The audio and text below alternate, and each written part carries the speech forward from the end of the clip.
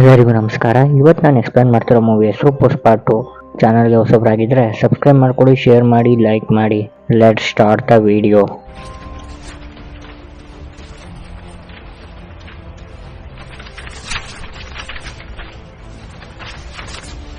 Movie start ಆಗ್ತಿದ್ದಂಗೆ Japan ನೋಡ್ತೀವಿ.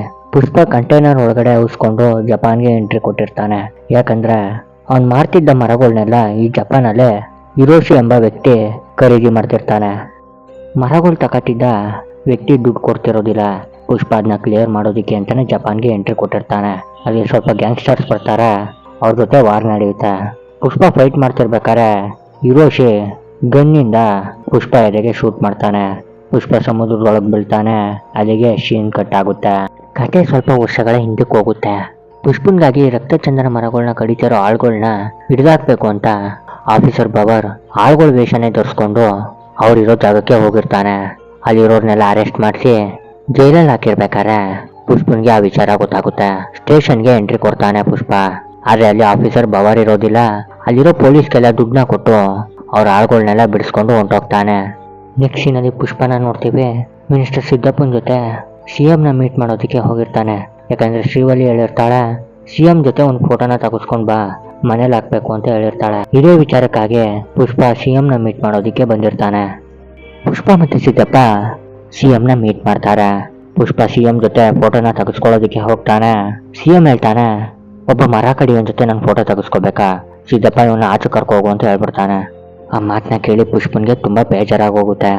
Siddappa CM ಜೊತೆ ಮಾತಾಡ್ಕೊಂಡು ಆಚೆಗೆ ಬಂದ್ಮೇಲೆ ಪುಷ್ಪನ್ನ ನೋಡ್ತಾನೆ. ಪುಷ್ಪನ್ ಜೊತೆ ಕುತ್ಕೊಂಡು ಮಾತಾಡ್ತಿರ್ಬೇಕಾದ್ರೆ ಪುಷ್ಪ ಹೇಳ್ತಾನೆ, ನೆಕ್ಸ್ಟ್ CM ನೀನೇ ಆಗು, ದುಡ್ಡು ಎಷ್ಟಾದ್ರೂ ಪರವಾಗಿಲ್ಲ ಅಂತ ಹೇಳ್ತಾನೆ. ಸಿದ್ದಪ್ಪನ್ಗೆ ನಂಬಕ್ಕಾಗೋದಿಲ್ಲ. ನಮ್ಗೆಲ್ಲ ಯಾಕಪ್ಪ ಈ CM ಎಲ್ಲ ಅಂತ ಅಂದ್ರೆ ಪುಷ್ಪ ಹೇಳ್ತಾನೆ, ನನ್ನ ಹೆಂಡತಿ ಹೇಳಿದಾಳೆ CM ಜೊತೆ ಫೋಟೋ ತಗೊಳ್ಳೋದಿಕ್ಕೆ, ನೆಕ್ಸ್ಟ್ CM ನೀನೇ ಆಗ್ತೀಯ ಅಂತ ಹೇಳ್ಬಿಟ್ಟು ಬರ್ತಾನೆ. ನೆಕ್ಸ್ಟ್ ಸೀನಲ್ಲಿ ಸಿದ್ದಪ್ಪನ ನೋಡ್ತೀವಿ. ಸೆಂಟ್ರಲ್ ಮಿನಿಸ್ಟರ್ ಆದ ಪ್ರತಾಪ್ ರೆಡ್ಡಿನ ಮೀಟ್ ಮಾಡೋದಕ್ಕೆ ಹೋಗಿರ್ತಾನೆ. ಸಿದ್ದಪ್ಪ ಹೇಳ್ತಾನೆ, ನಾನು CM ಆಗ್ಬೇಕು ಅನ್ಕೊಂಡಿದ್ದೀನಿ, ನಿಮ್ ಸಪೋರ್ಟ್ ಬೇಕು ಅಂತಾನೆ. ಪ್ರತಾಪ್ ರೆಡ್ಡಿ ಹೇಳ್ತಾನೆ, ಸಿದ್ದಪ್ಪ ನಿನ್ಗೆ ಇವೆಲ್ಲ ಯಾಕೆ, ಹೆಂಗೋ MP ಆಗಿದ್ಯಲ್ಲ, ಹಾಗೆ ಇದ್ಬಿಡು ಅಂತಾನೆ. ಸಿದ್ದಪ್ಪ ಹೇಳ್ತಾನೆ, ಇಲ್ಲ ನಾನು CM ಆಗ್ಲೇಬೇಕು ಅಂತಾನೆ. ಪ್ರತಾಪ್ ರೆಡ್ಡಿಗೆ ಗೊತ್ತಾಗುತ್ತೆ. ಪ್ರತಾಪ್ ರೆಡ್ಡಿ ಹೇಳ್ತಾನೆ, ಈ ಮಾತು ನಿಂದಲ್ಲ, ನೀನ್ ಹಿಂದೆ ಯಾವುದೋ ಒಂದು ಕೈ ಇದೆ ಅಂತ ಹೇಳ್ತಾನೆ. ಅಷ್ಟರಲ್ಲಿ ಒಂದು ಫೋನ್ ಬರುತ್ತೆ. ಫೋನ್ ಬೇರೆ ಯಾರು ಮಾಡಿರೋದಿಲ್ಲ, ಪ್ರತಾಪ್ ರೆಡ್ಡಿ ತಮ್ಮ ಸುಬ್ಬಾರೆಡ್ಡಿ ಫೋನ್ ಮಾಡಿರ್ತಾನೆ. ಸುಬ್ಬಾರೆಡ್ಡಿ ಹೇಳ್ತಾನೆ, ಇಲ್ಲಿ ಯಾರೋ ಪುಷ್ಪ ಅನ್ನೋನು ಸೋಫಾ ಜೊತೆ 5 ಕೋಟಿನ ಕೊಟ್ಟು ಈ ಸತಿ ಸಿದ್ದಪ್ಪನೇ CM ಅಂತ ಹೇಳ್ತಿದ್ದಾನೆ ಅಂತ ಹೇಳ್ತಾನೆ. ಪುಷ್ಪ ಫೋನ್ನ ಇಸ್ಕೊಂಡು ಪ್ರತಾಪ್ ರೆಡ್ಡಿಗೆ ಹೇಳ್ತಾನೆ, ನಿನ್ಗೂ 25 ಕೋಟಿ ಇರೋ ಸೋಫಾನ ಕಳ್ಸಿದ್ದೀನಿ, ಈ ಸತಿ ಸಿದ್ದಪ್ಪನೇ CM ಆಗ್ಬೇಕು ಅಂತ ಹೇಳ್ತಾನೆ. ಪ್ರತಾಪ್ ರೆಡ್ಡಿ 25 ಕೋಟಿನ ನೋಡಿ ಶಾಕ್ ಆಗಿ ಸಿದ್ದಪ್ಪಗೆ CM ಆಗೋದಿಕ್ಕೆ ಪರ್ಮಿಷನ್ನ ಕೊಡ್ತಾನೆ.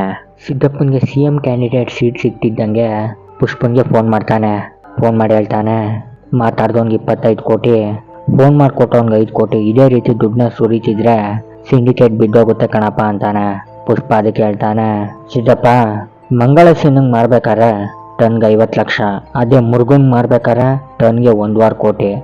ಮುರುಗ ಯಾರಿಗೆ ಮಾರ್ತಾನೆ ಅವನಿಗೆ ಡೈರೆಕ್ಟ್ ಮಾರಿದ್ರೆ ಸಿದ್ದಪ್ಪ ನಿನ್ ದೃಷ್ಟಿ ಸ್ಟೇಟ್ ಬಾರ್ಡರ್ ಹತ್ರನೇ ನಿಂತೋಗಿದೆ, ಈ ಪುಷ್ಪನ್ ಕಣ್ಣು ಸ್ಟೇಟ್ನೇ ದಾಟ್ಬಿಟ್ಟಿದೆ. ಪುಷ್ಪ ಮಾಲ್ಡೀವ್ಸ್ಗೆ ಬಂದಿರ್ತಾನೆ ಅಹಮದ್ ಎಂಬ ವ್ಯಕ್ತಿನ ಮೀಟ್ ಮಾಡೋದಕ್ಕೆ. ಅಹಮದ್ ಹೇಳ್ತಾನೆ, ನನಗೆ 200 ಟನ್ 300 ಟನ್ ಸಾಕಾಗೋದಿಲ್ಲ, ಮಿನಿಮಮ್ 1000 ಟನ್ ಮೇಲೆ ಇರಬೇಕು ಅಂತಾನೆ.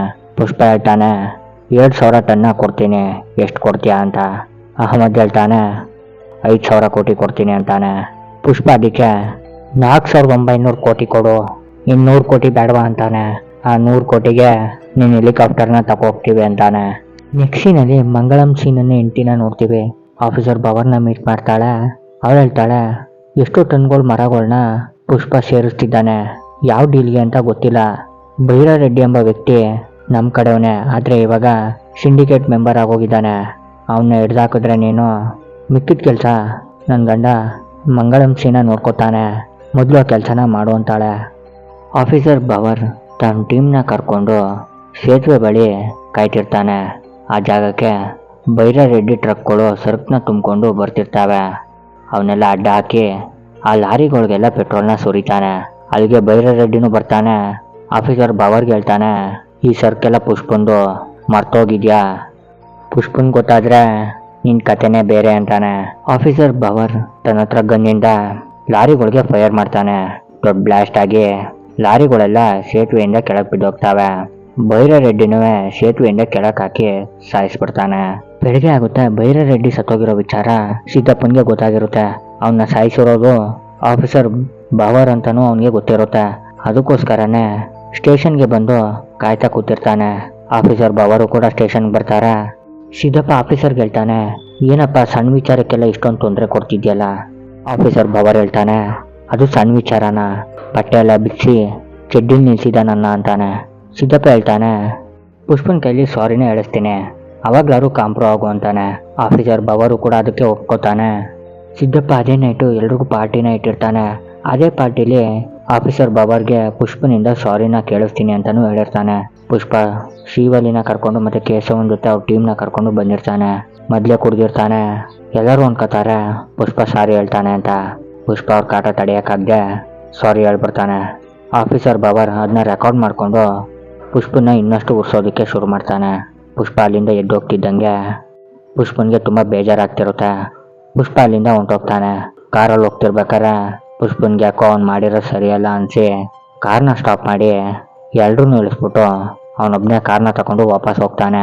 ಆಫೀಸರ್ ಬಾಬರು ಸಿದ್ದಪ್ಪನ್ಗೆ ಹೇಳ್ತಾನೆ, ನಾಳೆ ಬನ್ನಿ ಎಲ್ಲ ಕೂತ್ಕೊಂಡು ಮಾತಾಡೋಣ, ನನಗಿನ್ ಯಾವ ದ್ವೇಷನೂ ಇಲ್ಲ ಅಂತ ಹೇಳ್ಬಿಟ್ಟು ಕಾರ್ನ ಹತ್ತಿ ಕೂತ್ಕೋತಾನೆ. ಅಷ್ಟಲ್ಲಿ ಪುಷ್ಪ ತನ್ನ ಕಾರ್ನ ತಗೊಬಂದು ಅವನ ಕಾರ್ಗೆ ಗುದ್ದಿ ಅವನ್ನ ಸ್ವಿಮ್ಮಿಂಗ್ ಪೂಲ್ಗೆ ಬೆಳೆಸ್ಬಿಡ್ತಾನೆ. ಸಿದ್ದಪ್ಪ ಪುಷ್ಪನ್ಗೆ ಹೇಳ್ತಾನೆ, ಎಲ್ಲ ಸರಿಯಾಗಿತ್ತಲ್ಲಪ್ಪ, ಇವಾಗ ಏನು ತೊಂದರೆ ಆಯಿತು ಅಂತಾನೆ. ಪುಷ್ಪ ಹೇಳ್ತಾನೆ, ನಾನು ಅವನಿಗೆ ಸಾರಿ ಕೇಳಿದೆ ತೊಂದರೆ ಅಂತಾನೆ. ಆಫೀಸರ್ ಬವರ್ಗೆ ಶಾಕ್ ಆಗೋಗಿರುತ್ತೆ.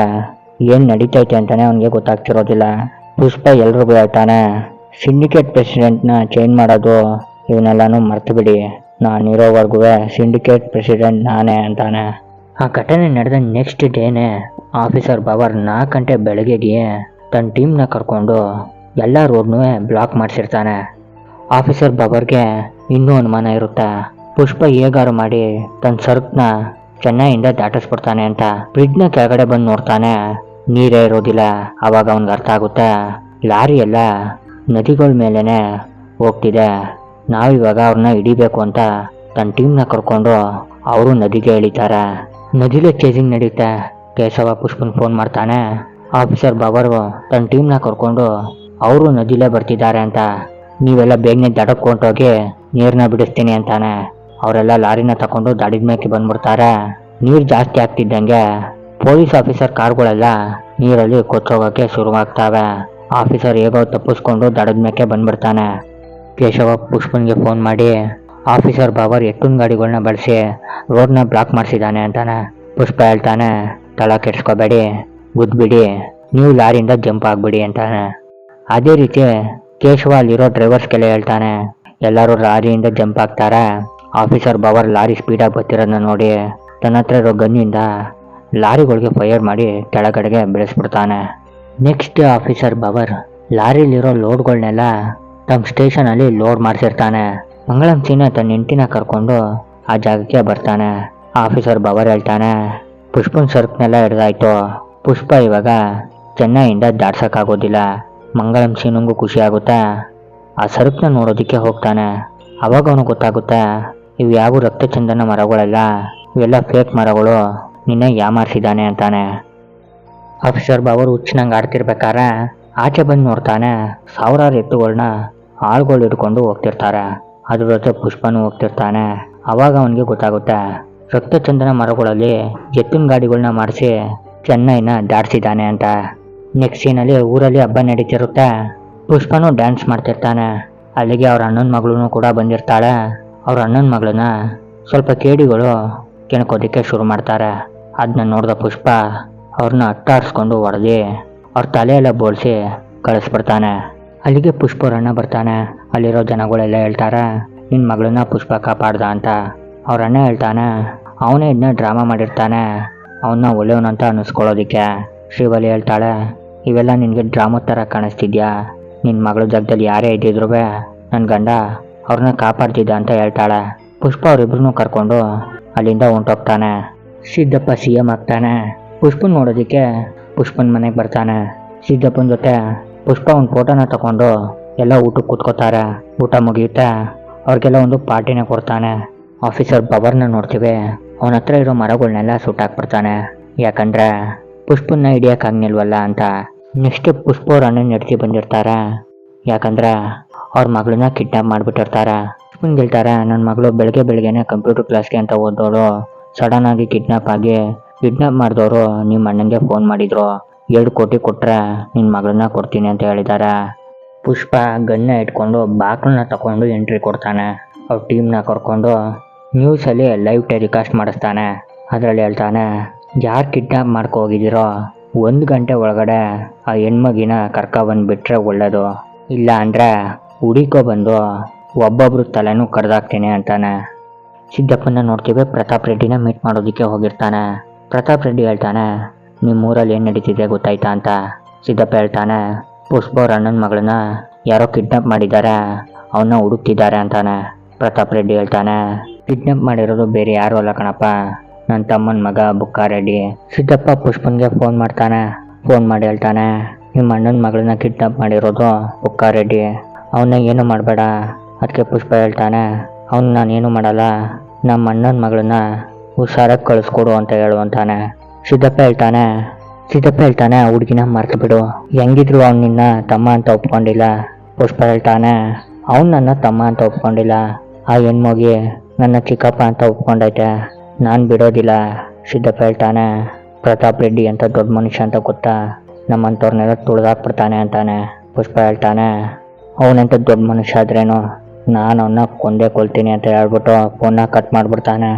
ಪುಷ್ಪ ಹೆಲಿಕಾಪ್ಟ್ರಲ್ಲಿ ಗನ್ನ ತಗೊಂಡು ದುಡ್ಡನ್ನೇ ಸೋಫಾಗೆ ಹಾಕೊಂಡು ಆ ಜಾಗಕ್ಕೆ ಹೋಗ್ತಾನೆ. ಅಲ್ಲಿರೋರಿಗೆಲ್ಲ ದುಡ್ಡನ್ನ ಸುರಿದು ಒಬ್ಬೊಬ್ಬರನ್ನೇ ಕೊಲ್ಲೋದಕ್ಕೆ ಶುರು ಮಾಡ್ತಾನೆ. ಎಲ್ಲರೂ ಕೊಚ್ಚಾಕಿ ಬುಕ್ಕಾರೆಡ್ಡಿನೂ ಸಾಯಿಸ್ಬಿಡ್ತಾನೆ. ಅಲ್ಲಿಗೆ ಪ್ರತಾಪ್ ರೆಡ್ಡಿ ತಮ್ಮ ಬರ್ತಾನೆ, ಅವನು ಸಾಯಿಸಾಕ್ತಾನೆ. ನೆಕ್ಸ್ಟ್ ಸೀನಲ್ಲಿ ಅವ್ರ ಅಣ್ಣನ ನೋಡ್ತೀವಿ. ಅವ್ರ ಮಗಳನ್ನ ಕಾಪಾಡೋದಕ್ಕೆ ಪುಷ್ಪನ ತಮ್ಮ ಅಂತ ಒಪ್ಕೊಂಡಿರ್ತಾನೆ. ಮದುವೆಗೆ ಕರೆಯೋದಕ್ಕೆ ಮನೆಗೆ ಬಂದು ಕಾರ್ಡ್ನ ಕೊಟ್ಬಿಟ್ಟು ಹೋಗ್ತಾನೆ. ಪುಷ್ಪನ್ಗೆ ತುಂಬ ದುಃಖ ಆಗುತ್ತೆ. ಅವ್ನ ಫ್ಯಾಮಿಲಿನ ಕರ್ಕೊಂಡು ಮದುವೆಗೆ ಹೋಗ್ತಾನೆ. ಮದುವೆ ನಡೀತಿರುತ್ತೆ. ಆ ಮದುವೆಗೆ ಯಾರೋ ಬಾಂಬ್ ಹಾಕ್ತಾರೆ. ಅಲ್ಲಿಗೆ ಪುಷ್ಪ 2 ಎಂಡ್ ಆಗುತ್ತೆ. ಈ ಎಕ್ಸ್ಪ್ಲನೇಷನ್ ನಿಮಗೆ ಇಷ್ಟ ಆಗಿದ್ರೆ ಸಬ್ಸ್ಕ್ರೈಬ್ ಮಾಡ್ಕೊಳ್ಳಿ, ಶೇರ್ ಮಾಡಿ, ಲೈಕ್ ಮಾಡಿ. ಧನ್ಯವಾದಗಳು.